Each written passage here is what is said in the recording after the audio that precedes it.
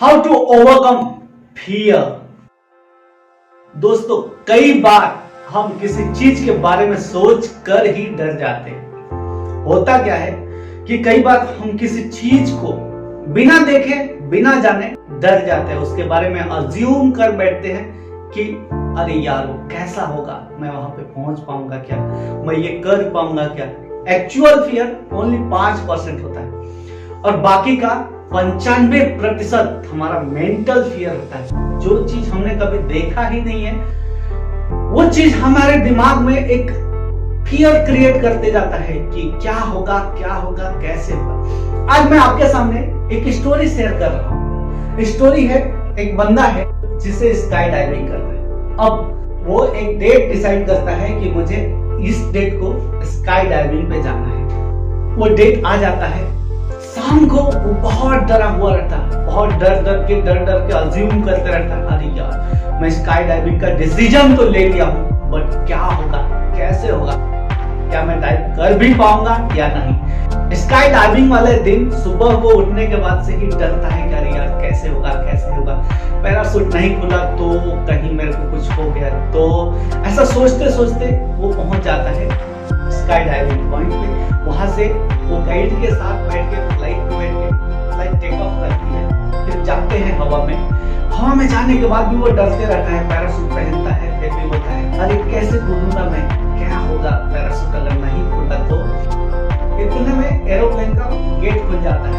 हवा में गेट खुलते ही सहम जाता है, अरे अब गाइड क्या करता है, सब चीज रेडी कर देता है, सब ट्रेनिंग दे देता है कि ऐसा ऐसा करना है, जब आप हवा में जाओगे तो आपको ये बटन दबाना है, पैराशूट आपका खुल जाएगा। सारी चीज गाइड करने के बाद काउंटडाउन चालू करता है, 3, 2, और जैसे 2 बोलता है गाइड उसको धक्का दे देता है।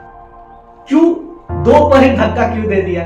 क्योंकि उसको मालूम था कि अगर मैं 0 तक गया तो ये बंदा जिसको मैंने पहले बता के रखा था कि 0 के बाद कूदना है, वो कुछ ना कुछ पकड़ लेता और ये कूद नहीं पाता। क्योंकि उसका जो फियर था, माइंड का जो फियर था वो बहुत बढ़ गया था, उसकी धड़कनें बढ़ चुकी थी।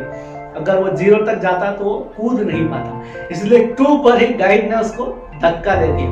और जब हवा में आने के बाद एक पल तो ऐसा लगता है कि कहाँ आ गए, क्या हो गया। बट जब वो पैराशूट खुलता है ना, पैराशूट खोलने के बाद उस डाइव का जो आनंद मिलता है, ये किसी ने किया होगा तो वो रिलेट कर पाएंगे कि हाँ, जो फ्रीडम रहता है, जो आजादी रहती है, उसका मजा कुछ अलग ही रहता है। सो दोस्तों, 5% ही हमारा एक्चुअल फियर रहता है, 95% हमारा केवल मेंटल फियर रहता है, जिसे हमारे माइंड ने इतना बड़ा कर दिया, उतना बड़ा कर दिया। तो कोई भी चीज अगर आपको करनी है, कोई भी चीज अगर आप चाहते हो कि मैं ये कर पाऊं, तो उसके लिए सोचो मत, टाइम मत लगाओ, कर डालो। किस दिन? आज, कब? अभी।